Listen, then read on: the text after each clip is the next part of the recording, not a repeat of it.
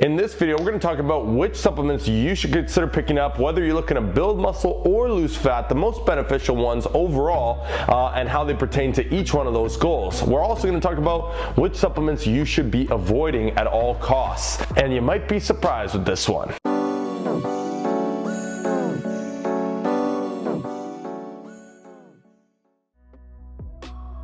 Hey YouTube, what's up? It's your boy John Mango. I'm here representing Beyond the Iron. I'm dropping weekly fitness content on this channel that's gonna help you get to your fitness goals faster and more enjoyably. So if you're interested in that, then consider subscribing.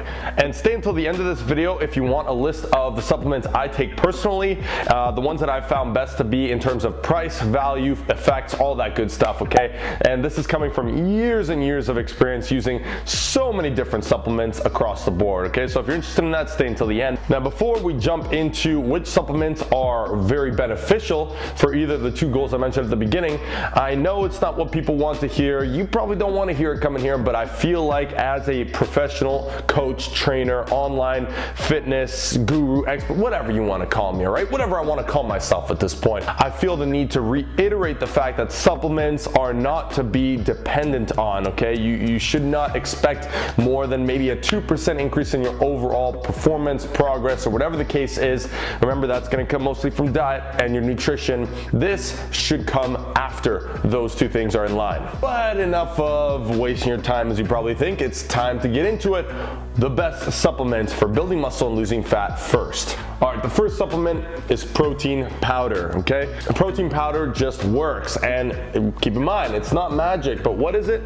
It's convenient protein. Protein is a macronutrient. You know how people would always say, oh, you know, I wish that there was just a pill that I could take and it has all the nutrients and all the stuff that my food has in it, all the macros and all that, right? Well, this is the closest thing we have to that. It's powdered protein. So what this is gonna help with is achieving your protein requirements throughout the day. Now, obviously, this is very important for muscle gain. It's also very important for muscle preservation when losing fat. So I've made videos on this in the past, but if you're trying to lose fat and not just weight, one of the ways to ensure that the weight you're losing is fat is by preserving your muscles. So in order to do that, you have to hit enough protein, and being in a restricted calorie diet, a lot of the times eventually people will find it hard to reach their protein needs, and in which case, given that this is an extremely high protein to calorie ratio, it could be something you should consider. This supplement is pretty useless if you already get to your protein needs throughout the day. If you're not having trouble hitting your protein needs, then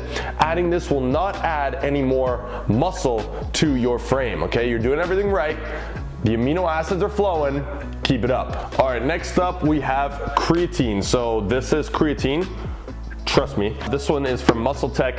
This is creatine monohydrate. Creatine is great because essentially it saturates your muscles with creatine. Creatine is something that's naturally found in the body, naturally found in certain foods, but this is essentially giving you a high enough dose to see a response, a benefit from it.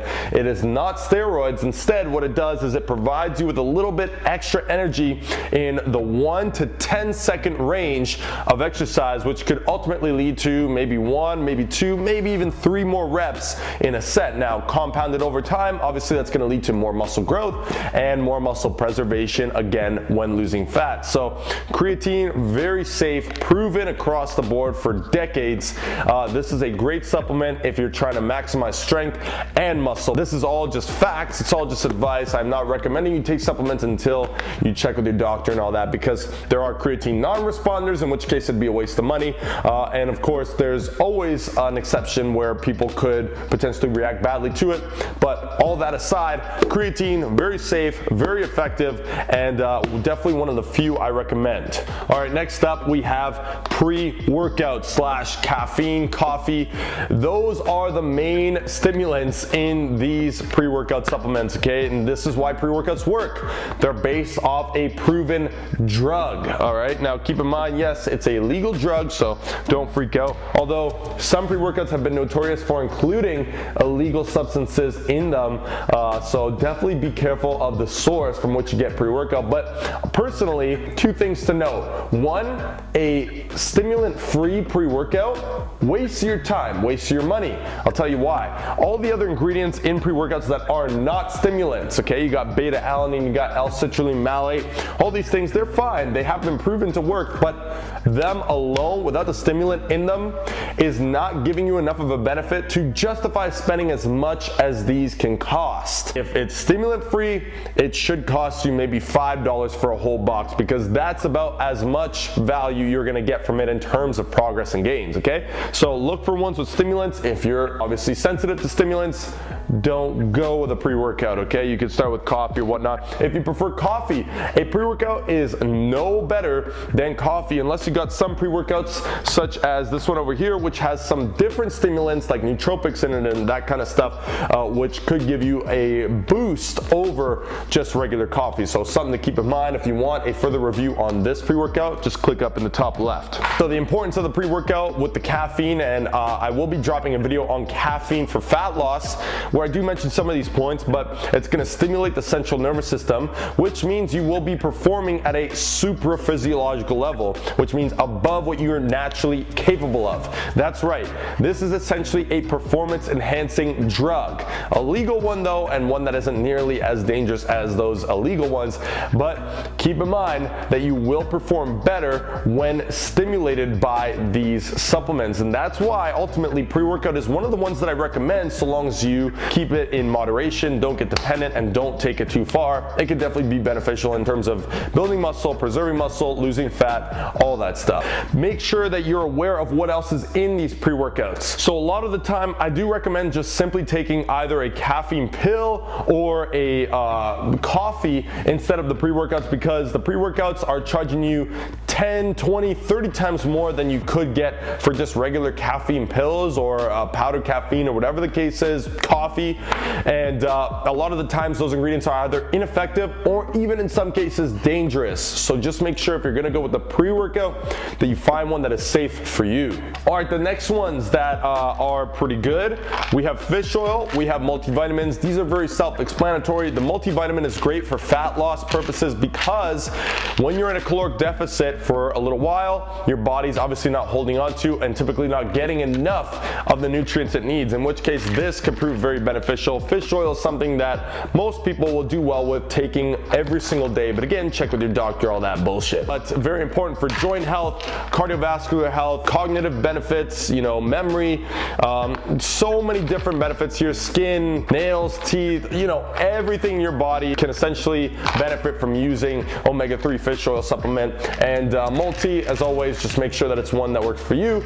Be careful for some that have caffeine in them. Make sure you read the ingredients over, but these two are pretty much staples in my diet all the time. Okay, that's it for the supplements that are beneficial. And by the way, I'm sorry if this video is going on a little long. I'm trying to cover it all in one. Probably should break it up. That would be better marketing, wouldn't it? Too late now, I'm committed. So here is, I'll try to zoom through these last ones here. Just know that these are mostly, for the most part, a waste of money. We got BCAAs first. I've had this tub for a few years now. I'm not sure why I haven't thrown it out yet, but it's come in handy for me to show you exactly what not to buy. It's hilarious how BCAAs are actually the most purchased supplement out of all of them. Everybody takes BCAAs and everybody will convince you that you should take them too. The effects, the ingredients in this supplement across the board are negligible at best. At the very best, you may see a benefit of reducing hunger throughout your workouts. But for the most part, if you want amino acids, you just gotta eat enough protein for the results that you'll get out of this bottle to be completely useless, or out of that protein powder that I mentioned earlier. So I have taken BCAAs for a little while, on and off, obviously. The only times I'll take it is during a cut. For a fat loss phase, I hate the potential of being hungry throughout my workout, and literally that is the reason why I'll take this, as typically they have almost no calories per serving, It makes the flavor taste good, and it keeps me from being hungry throughout the workout. So that, take it how you will, could be a big enough benefit for you to spend the money that it costs for this. But a lot of the times, the only time I'd recommend a BCAA supplement is if it costs about $5 for maybe a 3-4 month supply. Other than that, any more expensive than that, and you are wasting your money. Next up, and I don't have all of them here, I'll go ahead and talk about veggie greens. Now, I'm not gonna say that this is a waste of money.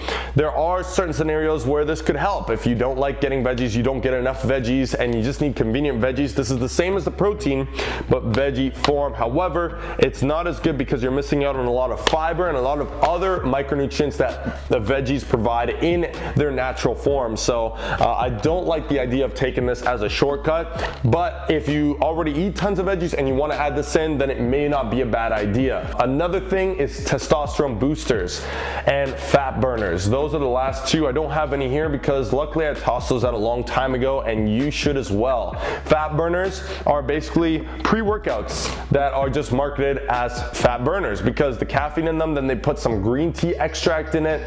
These things that are, again, so negligible and so expensive for what they are, it is not worth your time. They will not directly burn fat. Now, talking about test boosters, if a testosterone booster naturally raised your testosterone significantly enough for you to see results, it would be called steroids. They already exist, and they're not over the counter. So if they are over the counter and they've been tested, then you know what? It is a waste of money. It's a marketing scheme.